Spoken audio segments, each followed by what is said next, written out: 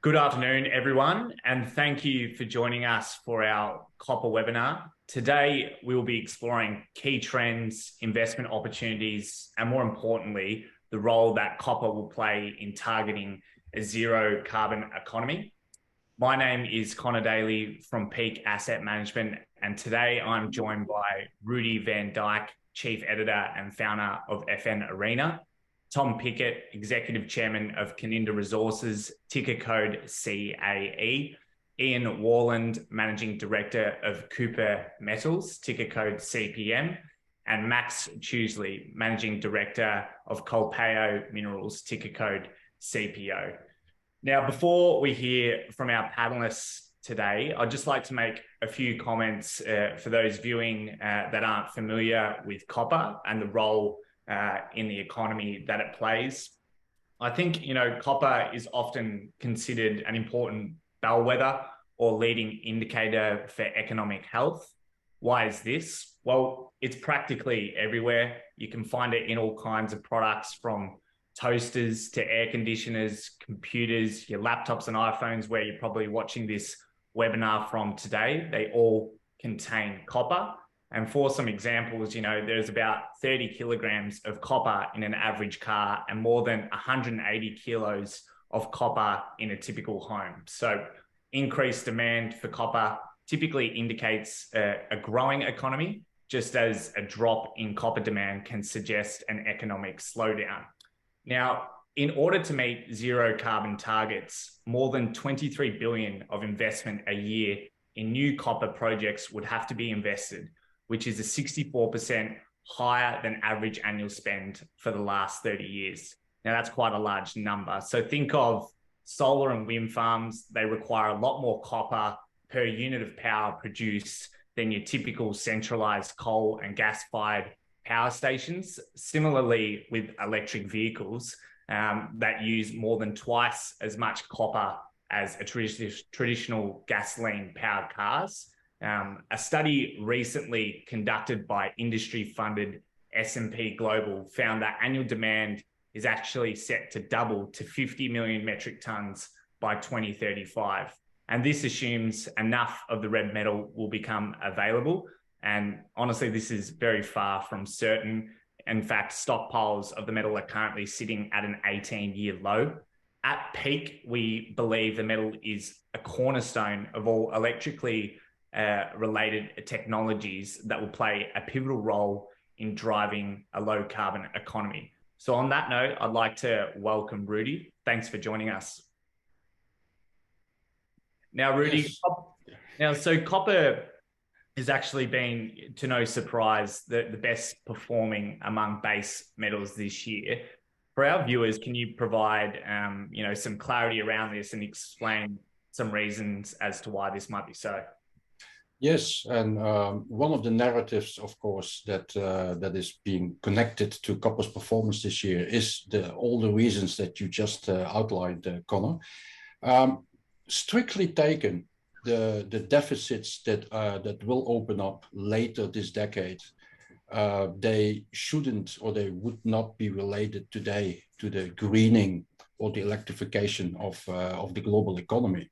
But there's quite a number of analysts and investors out there that believe that impact is already felt in the copper market, if anything, through the sentiment and the participation of investors, of course.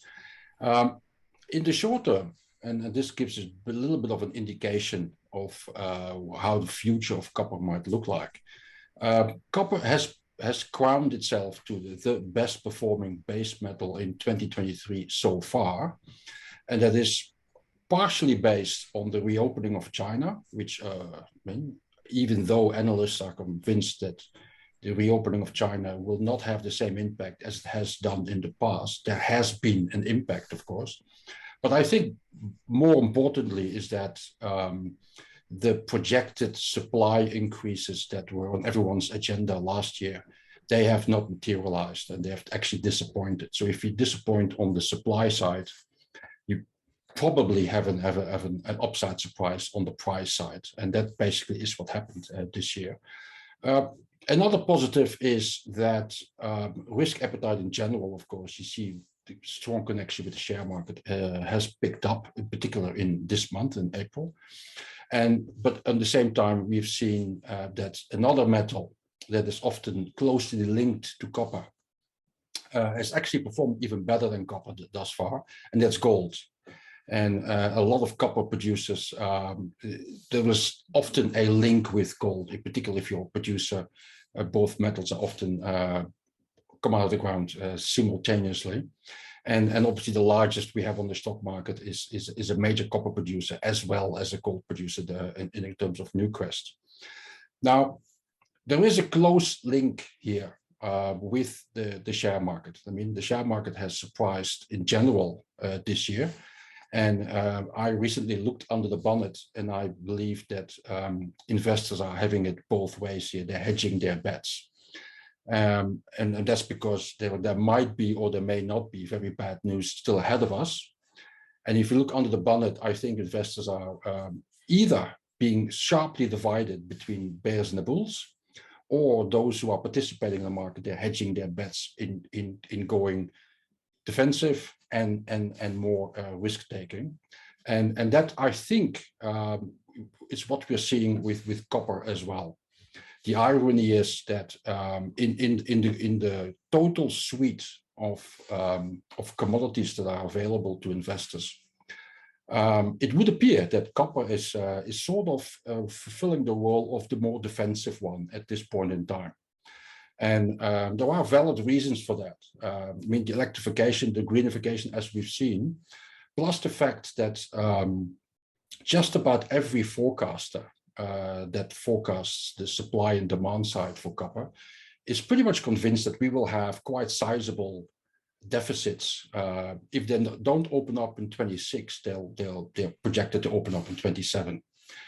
And why, as I said earlier, why that doesn't necessarily impact on the price of copper today, it does impact on the participation, on the mood, the general sentiment amongst investors who believe that if the bad news that is projected to come turns out to be less bad, and even on a relative basis, I mean, I went the past few days, I went through some forecasts by analysts for commodities in general.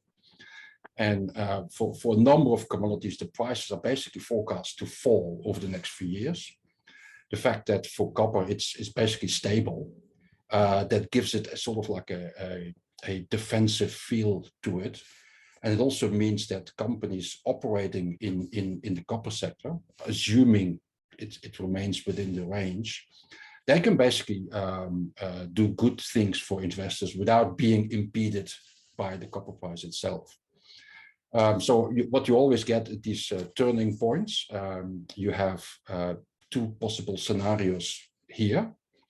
Let me start with a positive scenario. I mean, the investors are anticipating a recession in the US later this year, early next year, potentially. History shows us that's usually not a good thing for commodities, but we have to take guidance from the market here, and so far we have been forecasting this recession for quite a while, and that means that if it's just a latecomer or it's a very shallow recession, or if it somehow impacts on the supply further, as we've seen so far, then that's not necessarily that bad news for copper, and that would obviously be a positive scenario for copper. Apart from the fact, of course, that, as I said earlier, on a relative basis, it's more likely to outperform the rest of the base metals here. On the slightly more negative view, that recession might still come, of course, and it might depress the demand side more than is currently projected. Usually, history shows that, at least in the immediate term, it depresses the price of copper. Usually that means we get lower share prices. And commodities, unfortunately, they do not necessarily go in a straight line. We see that with coal stocks, and we've seen that with lithium stocks this year as well. The downside can be quite severe. Personally, if you would ask me what is the ideal scenario for investors here, I actually prefer to have that recession and coming up quite sooner than later.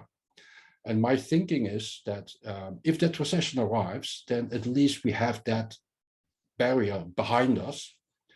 And once we're past that point, then we can start focusing on the mega trends, on the market deficits that are forthcoming, which would make a much easier, a much more comfortable investment proposition, I believe. But then again, I have no crystal ball, and I can't say with certainty which of those scenarios are ahead of us. And the way investors play this, I think, is pretty much dependent on their own risk appetite and their horizon and their experience. And also for some investors, it makes a big difference if copper performs on a relative basis. Other investors, of course, are only focused on the ultimate returns that they get from their investments. Unfortunately, I have no crystal ball, so I don't know which of these investments or these are the scenarios will come to the fore. But the forecasts that we will get quite heavy, quite sizable deficits a few years down the track, I think I have yet to see any analyst who doubts that those deficits will open up. And I think and the electrification is one of the key factors in that trajectory. Yeah, fantastic, Rudy. I think that's, you've really provided a balanced picture of the copper market, sort of a positive case scenario and a negative, scenario. If you were just to sort of look at the topper end of the market, I mean, what are some larger companies that investors can keep an eye on as a sort of a barometer or leading indicator for the copper space here on the ASX? Well, there's obviously copper and there's gold, and they're not necessarily that distinguished. But I think the key observation here is that last year, apart from the price of gold not really performing, a lot of gold producers had operational problems, and that really pushed that sector out of favor with investors. This year, we're actually seeing quite some copper producers also having operational problems. Think about 29Metals, for example, Sandfire, Oz Minerals, and even Newcrest is not free of having the occasional hiccup. I guess as an investor, you just have to be close to the companies, and you have to know why you own a certain company over another one. And I guess that's also where the role, for example, of peak comes in, to have more confidence in one company over another one. Right?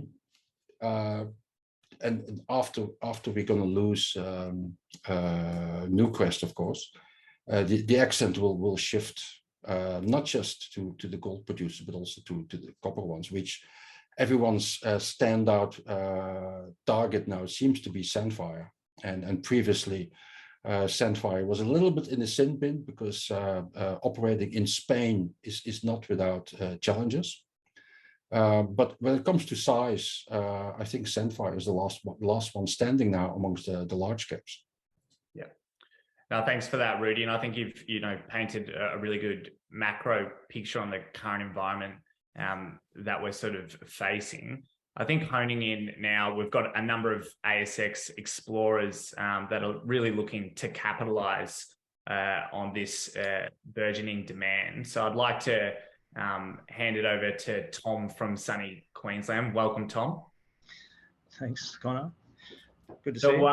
Yeah, Tom, you recently presented at the East Coast Mining Conference. It was a fantastic presentation, and you specifically highlighted that the copper incentive price must escalate due to this looming structural supply deficit. But more specifically, you touched on increased demand from net zero mandates.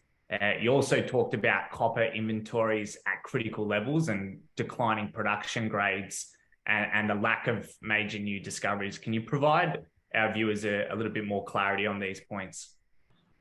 Yeah, I mean, I can. I'll go into a little bit of that in the presentation that I'm going to give as well. But the simple fact of the matter is that there's not enough copper. There's not enough new projects coming on stream within the time that they need to come on stream in order to satisfy looming demand that everybody, all the analysts that you guys have just been referring to are saying. So anytime you've got the lowest inventories in history, so to speak, and you've got significantly increased demand and tapering production, it's got to come back to a serious focus on what will happen to the copper price going forward. So that's sort of where I say the opportunity lies with explorers that are a fair way down the track in the exploration phase, because as you say, there's a few large companies that are kind of dropping off the list, so to speak, and there's not a lot out there picking up the slack. And the large companies are scouring the world looking for good copper plays, and quite often they run into a good copper play that logistically doesn't work, and so they have to look to other areas like Australia, like Queensland, Australia, for example. Fantastic. I believe you've got a presentation that you'd like to share with us, Tom. But I mean, for the purpose of this webinar, I'd like to focus on your copper flagship project, Mount Caninda, which is located in Queensland, as you said. So for those that are new to the story, could you give sort of a quick high-level overview of the project? Sure. Yeah, Mount Caninda is located south of Gladstone. It's a copper gold project that we've been embarking on a fairly considerable drilling program for the last couple of years. We've been getting some pretty phenomenal success, which I'll go into shortly in my presentation. But the idea is that we're building some scale. We're increasing the areas of interest and the understanding of the size of the project. When we inherited it, it had a 5.5 million tonne JORC resource at just under 1% copper, and we believe we've significantly improved that position with the current drill program.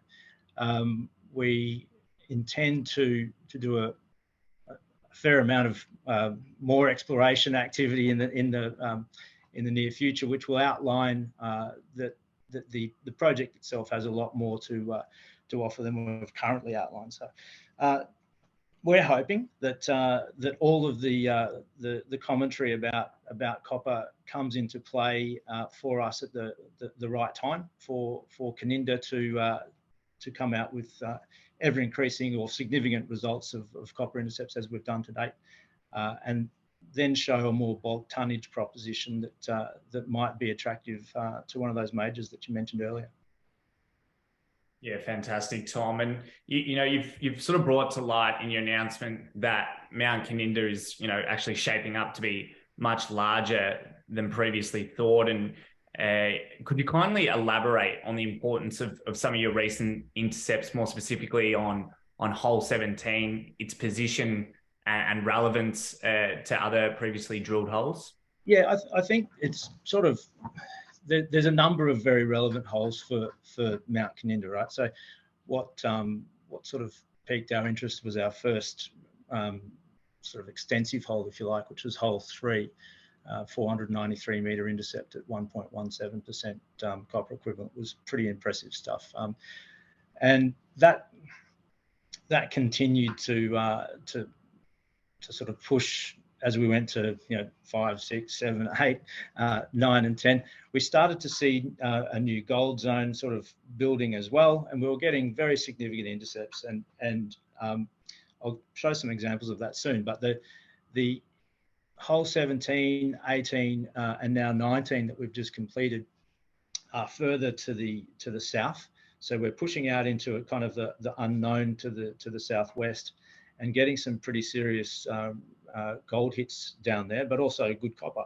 So it's opened up that area, and we'll continue to explore that zone in various different ways. But at the moment, we've just completed, as I said, hole 19, got down to about 792.6 meters. I think that pulled up the hole, and there's a lot of interesting stuff that we've observed within that.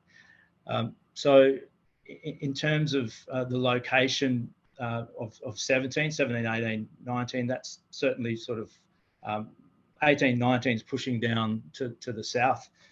17 was slightly different, but all of them are getting excellent copper and gold hits within them, which is the important part to increasing the resource eventually. Yeah, fantastic. And, as a junior explorer, it's great to see that, you're extremely active in drilling and actually putting your money into the ground, which is great to see. I mean, what are your drilling plans moving forward for the rest of the year? More copper and more gold, and as fast as we can do it. I mean, you're right. You've got to identify as an explorer, what are you doing with the money that you've raised, and we're throwing it into the ground with the drill rig and getting the results as quick as we can.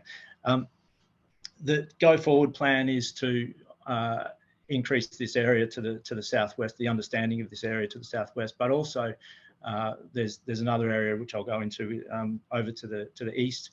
And then there's target generation as well, because there's a number of other prospect areas that we haven't given enough attention that do have previous hits on it that will significantly increase the amount of copper and gold that we're seeing. Fantastic. And you mentioned you have a couple of slides that you'd like to share. Yeah, I can share a couple of slides. I'll bang through a few. It's basically the presentation that I gave at the Ordmanet East Coast Mining Conference, but I'll fire that up now.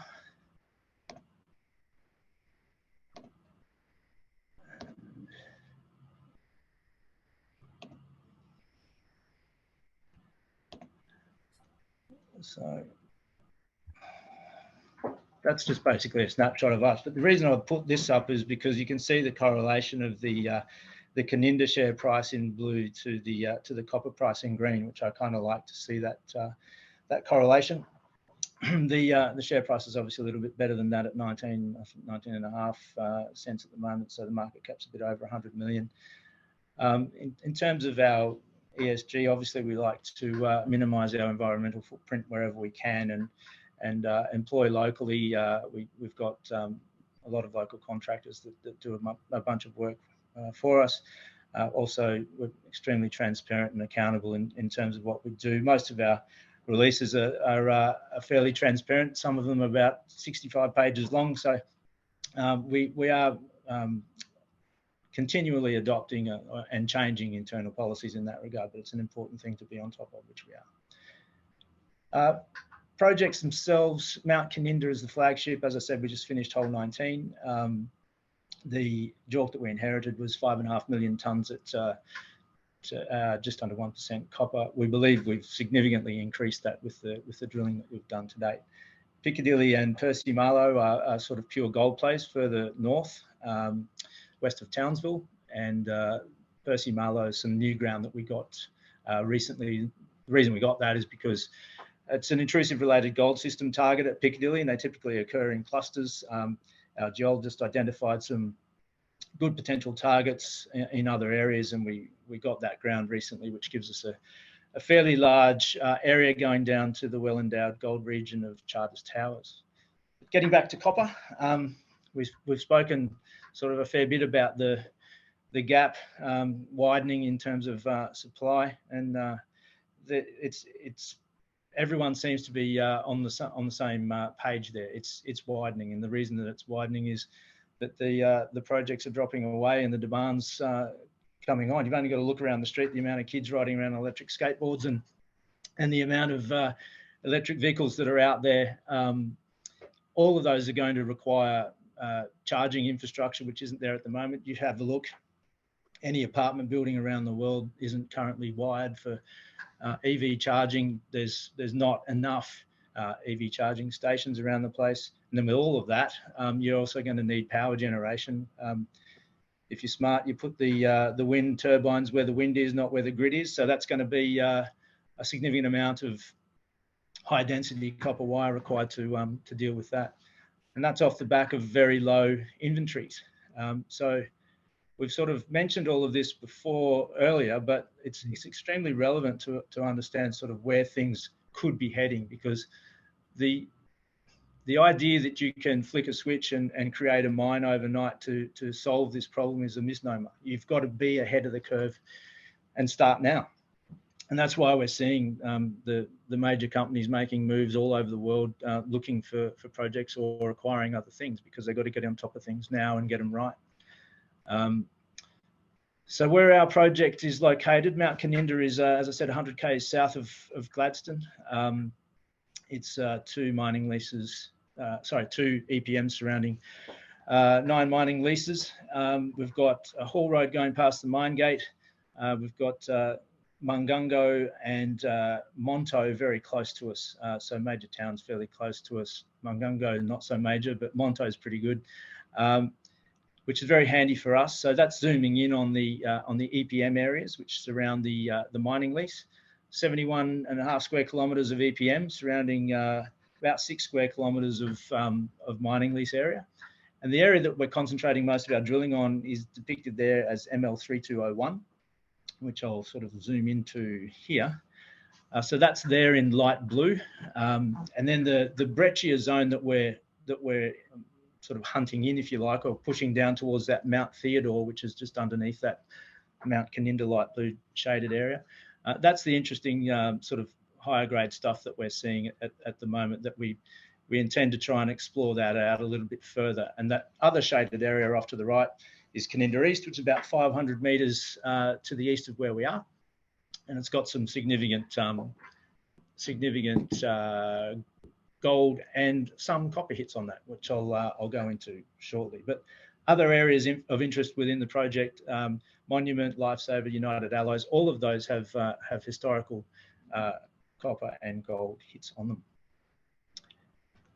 This is a depiction of what hole 9 did for us. It was pretty interesting stuff. It got quite a nice intercept. But the reason I like sort of throwing it up there is having 399 meters at just under 1% copper equivalent is pretty good. But the reason it's here is because then you've got to go across that to see whether there's any width into it. So we did that with hole 14.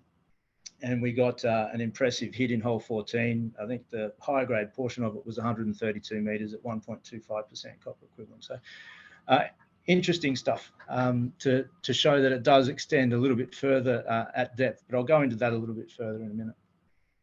This is just a depiction of what I was talking about to the southwest. We're pushing out sort of to the right of the screen with those holes 18, 13 and 18 and 19. So it's pushing out there nicely. We've got a bit of work to do on that, but it's shaping up to be very good in that end. It's a nice example of some core you want to see. So 3.25% copper, good stuff. And we do observe quite a lot of that. The geos make a call on the percentage copper that they're seeing coming out of the ground. They're getting pretty good at it. When we compare them to the sludges, which we then compare to the assay results, they're all pretty close. So it's nice to see that sort of stuff coming out of the ground. That was our hole 3, as I said earlier. That was the one that put the spring in our step, 493 meters at 1.17% copper equivalent by world standards. That hit a top 10 list, which of the previous sort of 2 years. And there was BHP and Caninda Resources were the only Australians on that one. Well done. The interesting part to this one is really only the significant intercept and the fact that the grade continues for the entirety of the hole. So hole 9 I showed you a picture of earlier, but if you extrapolate that out to the entire hole, 877 meters at 0.5% copper is pretty impressive stuff. And hole 11 beat it with 1,022 meters at just under 0.5% as well. So there's higher grade zones within that, obviously, but when you do the entirety of the hole and you can still maintain a 0.5%, that's a pretty impressive effort. That's just a cross section of what I was showing you earlier when the hole 14 went across hole 9 to show that the width is there, and that we're getting some pretty good stuff in both directions. Yeah, no, Tom, it's definitely clear that you've had some cracking drill intercepts. I mean, top 10 globally is a phenomenal achievement alongside BHP. Just in conscious of time, could you run through sort of what are your major milestones and sort of key catalysts for the company for the remainder of 2023 and what investors can look out for? Sure. I mean, the major milestones coming up for us will be the improved JORC, will be a little bit of work on the metallurgy, will be showing that the more bulk tonnage proposition is there. And we've got a bunch of holes that we've lined up to complete in the short term in order to achieve those goals. The geological team is working around the clock. We're adding personnel all the time to improve upon the turnaround that we're seeing at the moment. So what we're intending to do is about 6 more holes where we are, and go over to Caninda East concurrently as well, which is that area off to the side, which has significant copper and significant gold to hunt. So there's a large sort of focus on establishing a bit more about the porphyry feeder, which we'll go into with a bit of IP and some downhole geophysics. But there's definitely a watch this space in terms of the intercepts that we're getting into shortly. Right. Thanks for presenting, Tom. We appreciate it. No problem. Cheers. Ian, welcome. CPM, before we get into the actual details of the project, I'd love to discuss some topics, more ESG related. I think more specifically, how, do ESG considerations affect running a junior copper explorer? Well, when you've got limited resources, Conno, it's that they have to go a long way, but ESG is extremely important for our company because we really have to manage all our stakeholders very carefully. So the landowners where we're working around Mount Isa, they're used to explorers, they're used to miners, but they're also used to a few bad things that have probably happened in the past. So they're watching us all the time. We have good relationships with those landowners. We have solid agreements with them, and we just stay within those agreements. Also, there's a lot of environmental compliance now for exploration, and you can lose your license to operate quite easily if you don't maintain that, within the environmental regulations. Again, safety, we're working in quite remote environments and difficult environments, so there's a lot of focus on safety as well. We employ locally where we can. That helps keep costs down as well. We've employed quite a few Indigenous people that we've met through the Kalkadoon group, and also we've got a local geologist. So we're also contributing to the community all the time with the money that we're spending on the ground there around Mount Isa. So that's what we're doing locally. And I think globally it's more important as well, from finding, ethical sources of copper mineralization. So people want to make discoveries in first-class jurisdictions like Australia. As the copper price goes up, there's pressure on finding more copper, and sometimes you get these artisanal miners working in third world countries that are can be fairly unregulated in places, and there's a lot more pressure on companies to really show, where are you getting your copper from? Are you getting it from a sustainable source? So I think Australia is taking a leading role in providing sustainable copper. Fantastic, Ian. And you touched on ESG. What are some of the other criteria that you use to select projects for the company?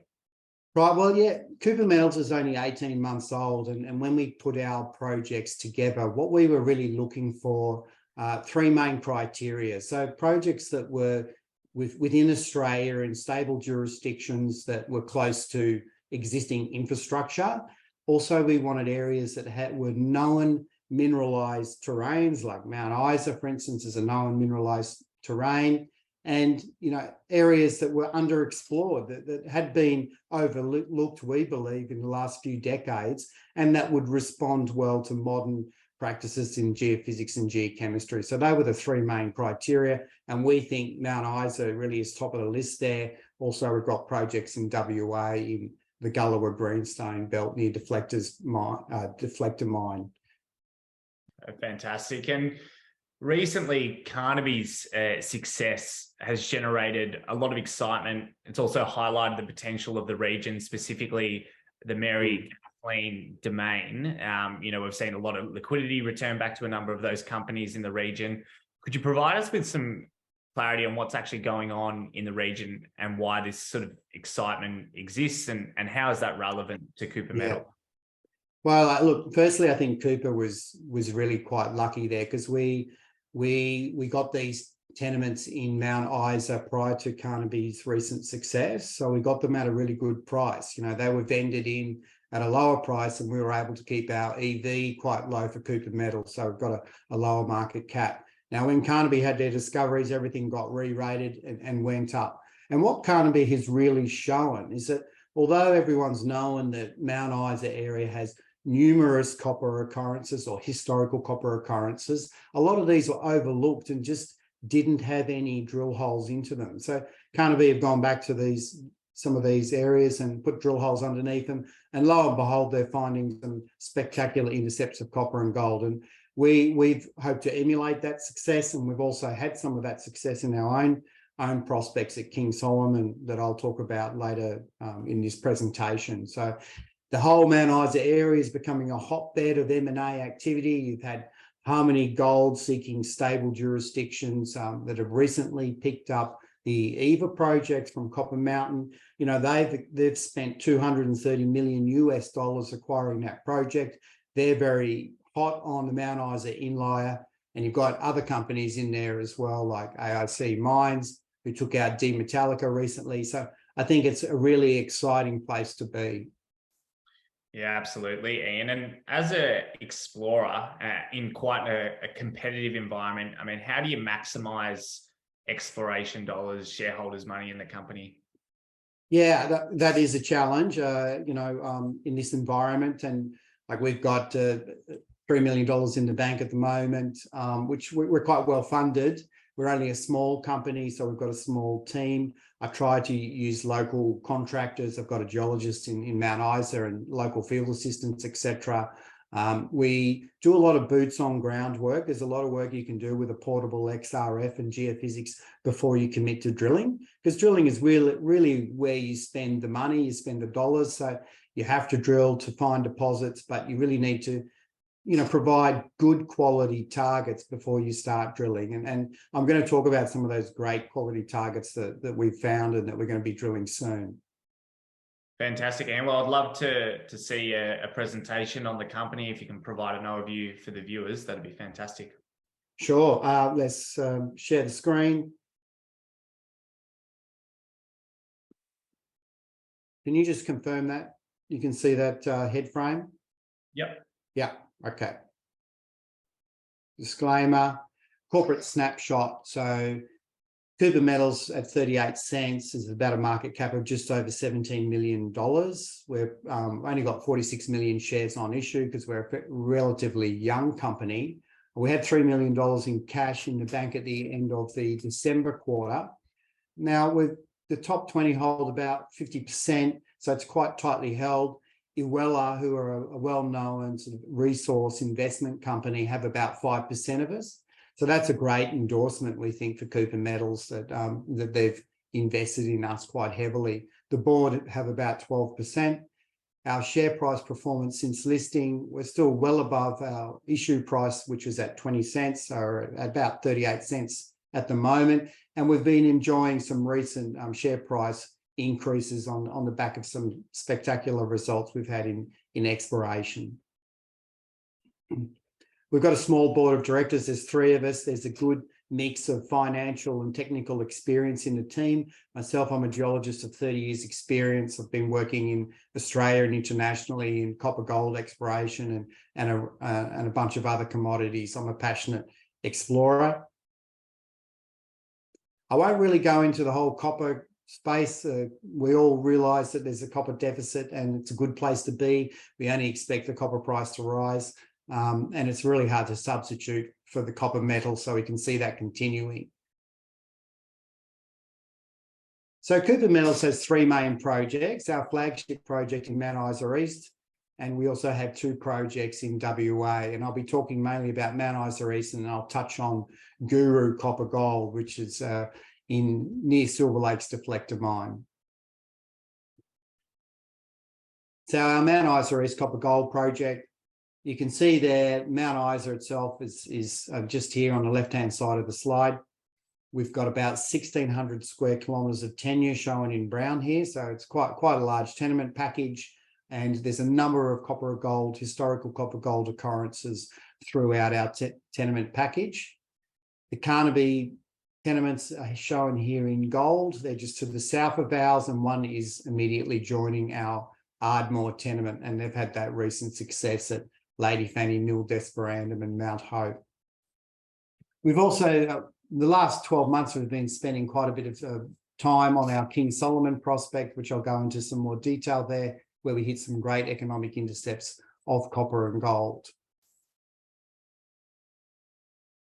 So at King Solomon, we've done around 7,000 metres of drilling. We were attracted to this area because there was some old workings there. There were 3 shafts and some shallow open cuts dotted along about 1 kilometre of strike length. Now, there'd never been a drill hole into this area. So we've done a number of holes, and we really zoned in on this area of about 650 metres along strike, which we call King Solomon 1. And we drilled RC holes down to about 150 metres, hit a number of economic intercepts. You can see those there, generally ranging from 10 to 20 metres downhole widths at around 1.5 to 2% copper and about 0.2 gold, and a high grade zone of 4 or 5 metres at 4 to 5% copper and 0.5 gold around there. So a really good start. We did some induced polarization over that area as well. And I'm showing a long section here through that King Solomon 1. And the hot areas are basically IP chargeability anomalies. And we found that there was 3 plunging shoots of mineralization at King Solomon 1. They're still all open at depth. The IP shows that in the southeastern area probably is the most prospective because the chargeability anomaly continues at depth. So it's an exciting area. We're taking a pause on there while we're looking at some of our other targets. We've got a whole bunch of other targets that we're looking at. Our idea is if we can find a number of small to medium deposits that could potentially be told through third-party mills. And there's quite a few options out there, Glencore, Ernest Henry, Eloise as well. So one of those exciting areas that we've moved on to and we've been focusing on early through this year is the Ardmore tenement. Now, just to put that in perspective, you've got Carnaby's Mount Hope here, which is just about 5 kilometres away from our Ardmore tenement, and Carnaby have been getting some spectacular copper gold hits at Mount Hope, which they seem to be announcing every other day. So this area is obviously very prospective. And so what we've done down there was we went and did some mapping and sampling at around in Ardmore South, which is, I'm just pointing out here, sorry. And we've got a number of really high grade rock chips that trace out an area about 1 to 1.5 kilometres along in these anastomosing shear zones. The thing that's really standing out for me about this area is the high grade gold that's associated with this copper. So we've got gold grades up to 14.9 grams per tonne gold, and that's near this high chargeability anomaly that I'll talk about. So there's some exciting rock chip results coming from that area. And that meant that we wanted to fast track some geophysics in that area. So we did a IP survey that's about 1.5 kilometres wide and 1.8 kilometres long. And it's shown here in this diagram with the hot and cold colours. And you can see that we found this high chargeability zone up here in the northeastern corner. This high chargeability zone is about 500 metres long, so it's quite substantial. And it's up to about 22 millivolts per volt, which is significantly high IP chargeability. We've got some rock chips around that, up to 14.9 grams per tonne gold. And the shear zone, we believe, basically traverses through this area up through the high chargeability zone. So we followed that up with some IP sections, so what we call pole-dipole lines, that were to look at the IP chargeability at depth. And this northern line has really surprised us on the upside, and we've only released the results for this northern line today or this morning. So what that chargeability section is showing is that the high chargeability zone goes to at least 200 metres deep and is open at depth. and it's up to 40 millivolts per volt. So that's, to me, is a compelling drill target. It ticks all the boxes because we've got high-grade rock chips nearby. But not only that, we did some portable XRF soil grids through the area. So this is sort of zooming in on that area. And the portable XRF soil grids were used to measure copper. So that's a device that we can take into the field and measure the soil samples every 100-meter lines and about every 25 meters along that line. Now, it showed that there was a strong zone of copper anomalism coincident with this IP anomaly. Because IP anomalies can be due to other things like pyrite or graphite, etc. But in this case, we believe that because we've got the geochem associated with that IP anomalism, that there's a high chance that it's due to copper gold mineralization. Fantastic. And in terms of, I mean, you're well funded. You've got a tight capital structure. The price of the stock has continued to rise since your IPO. I mean, in a sentence or two, can you describe sort of why investors should take a position in the company? Yeah, sure. Look, I think it's summarized in my key takeaways really here, that we're planning approximately 2,000 meters of RC in this Ardmore South area. So we'll be drilling into that IP chargeability anomalies and those high-grade geochemical targets. We've just recently got government funding for a big VTEM survey over our northern tenement there. That's starting in early May. We're continuing to build this pipeline of targets through Mount Isa East. We've also found some significant gold anomalies at Guru. We do have a moderate market capitalisation at about $17 million. So I see a potential for a very strong re-rating of the share price with any discovery.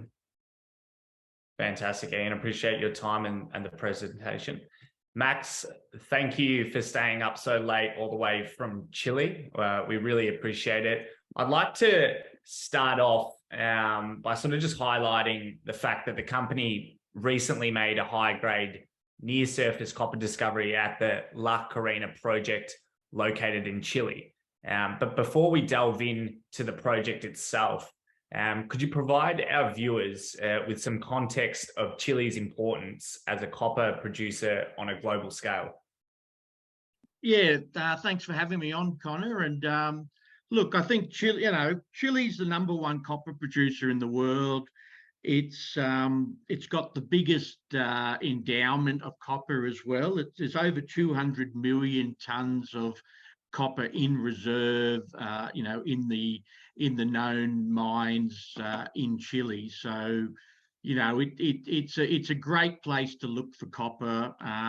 So that's the reason we are here. The other interesting thing with Chile is it's 13% of the annual copper production of the world comes from Chile. So it's well ahead of the second biggest, which would be Peru. So Chile is definitely copper country. Yeah, fantastic, Max. And in terms of your project, I mean, you recently completed a 20% earn-in on the back of successful diamond drilling and a geophysics program. Could you please provide an overview and scope of the project and your most successful intercepts? Yeah, look, our flagship project in Chile is the La Carina project. La Carina is located about 350 kilometers north of Santiago. It's only 50 kilometers from the ocean. We're in the coastal belt of Chile, so that's an area of high infrastructure, low altitude, so very, very easy place to do work. La Carina is geologically, its outcrops on the surface is a series of breccia pipes that host copper mineralization, and then below those breccia pipes we see copper hosted within a porphyritic rock, and then it's within those breccias and within that porphyry that we've been intersecting some of these very wide high grade intersections. probably, some of the better holes, 260 metres at 1.1% copper, 173 metres at 1.09% copper equivalent. So, some pretty wide intersections there, very good grade. We've got a lot of copper and a lot of molybdenum associated with that copper.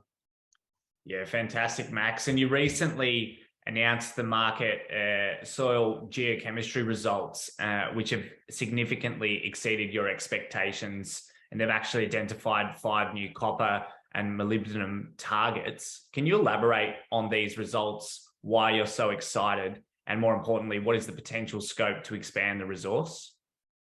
Yeah, no, absolutely. Look, Lana Carina, the area that we've drilled to date, that's we've got mineralisation there over an area of about 500 by 400 by 700 metres deep.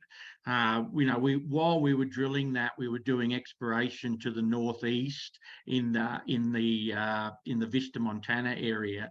Now those results, as you mentioned, have come back, and now we've got more copper over a strike length of about another kilometre in that northeast area.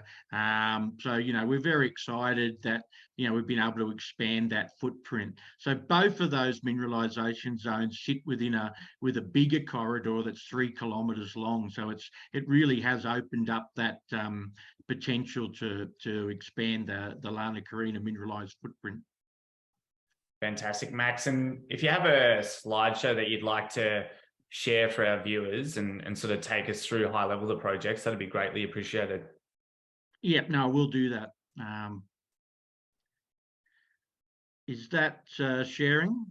That's working. Yep, you can see that. Yep. Yeah, so the first slide there is just that's an actual picture of the Lana Carina area. You can see the topographic high in the centre of the photo there. That is the outcropping breccia pipes at Lana Carina. You can see the Andes in the distance there. Obviously, Andes is high altitude. We're about 800 metres above sea level. So, as I mentioned before, quite flat where we are. You can see the highway in the background there. So we've got the infrastructure nearby. So, quite an easy place to do our exploration work at Lana Carina. I'm going to go straight into Lana Carina because I think that's that's where people want to hear what we've been up to. So the next slide just goes back to some of those things we talked about. Lana Carina, a series of outcropping breccia pipes with this porphyritic host below the breccia pipes, some historical mining in those breccia pipes, about 1 million tonnes mined at 1.5 to 2.5% copper. And I think goes back to what Ian said. This is an example of a project that sits in an attractive place in Chile, didn't have a lot of deeper drilling into it, and that's where we saw the opportunity to sort of work underneath where those historical mining activities had taken place, and that's where we've had a lot of success. That's back to those intersections there. You can see some of those wide intersections, lots of over 200 metre widths there, and grades over 1% copper equivalent. Interestingly, deeper in the system is where we see the very high-grade molybdenum zone.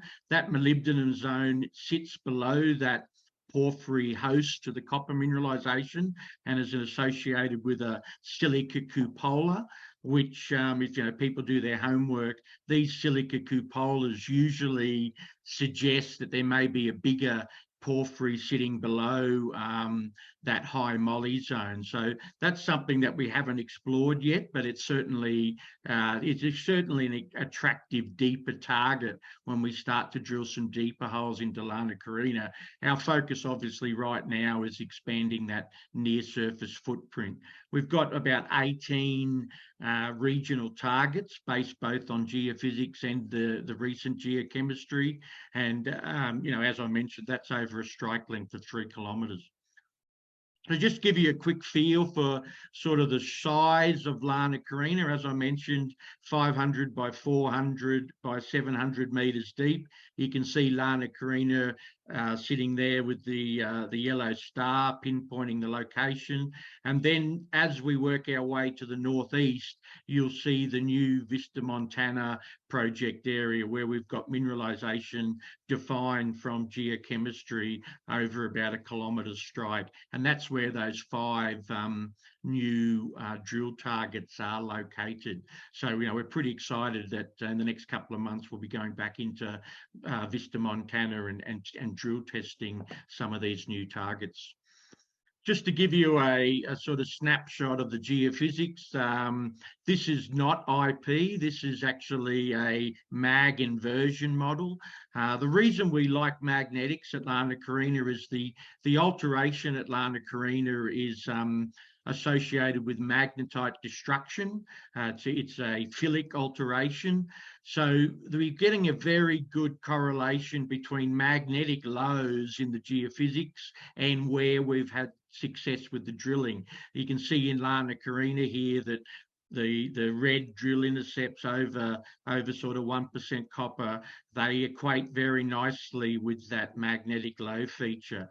The interesting thing with Vista Montana is not only are we getting that surface geochemistry over a kilometre of strike, but we're also seeing another magnetic low below that surface geochemistry. So that's why we've got a few things there ticking the boxes. We've got the geochem, we've got the magnetic lows suggesting magnetite destruction, i.e. related to the actual mineralization fluid. So that's what giving us the confidence there at Vista Montana that we certainly have quite a number of drill targets to test in the coming months.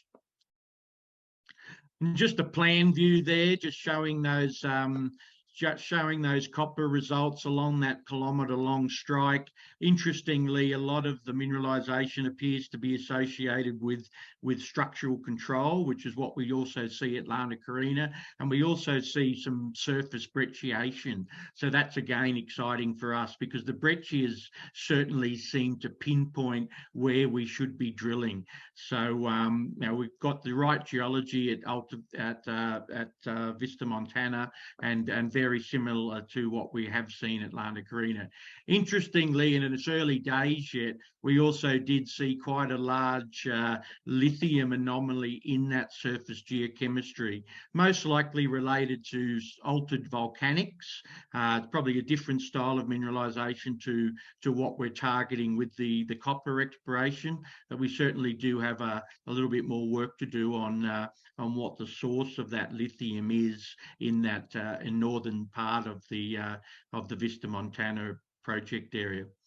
And the last slide I'll touch on here is what we're up to going forward. At Lana Carina, we've finished the geochem sampling. So obviously I'm back in Chile at the moment. We're looking at planning that next phase of drilling, as I mentioned. Our other project, Quelon, which is 40 kilometres to the south of Lana Carina, we're looking at doing some drilling there now that we've wrapped up the mapping programs and the surface geophysics and geochemical work there. So that's the second cab off the rank. And then our third project, which is a little bit further north, which is an IOCG project, which is called Las Patacas, where we've got mineralisation over 6 kilometres, where we're looking at going back in there and drilling some of our IOCG targets later in the year. Thanks, Connor. Fantastic, Max. And I think just to summarize, I mean, you're sitting at a $5.5 million market cap. You're in a fantastic jurisdiction. Chile, the #1 producer of copper globally. I mean, what are your sort of catalysts for the rest of 2023 that you're most excited about that provide the opportunity for a potential re-rate in the company? Look, I think, like the other guys, on the panel, we like to spend our money by drilling into the ground. So as I mentioned, we've got drilling programs planned at the Lana Carina project. We've got drilling programs planned at both Quelon and Las Patacas going forward into later in the year. And, you know, we believe we're a bit of a first mover in this particular region of Chile. We see a lot of opportunities, you know, regionally near Lana Carina. So that's something that we certainly be watching as well, whether we can expand our sort of, you know, tenement holding in the area. Thanks for that, Max. And gentlemen, really appreciate you taking the time to chat today, and also to our viewers for joining us on Peak's webinar alongside and in association with Rudy from FN Arena. I hope for all of you watching that you know, we've provided some clarity on, you know, the vital role that copper plays in the transition to a zero carbon economy, and the potential investment opportunities that lie here on the ASX. So until next time, have a nice evening and take care. Thank you. Cheers, guys. Thank you. Thanks, gents.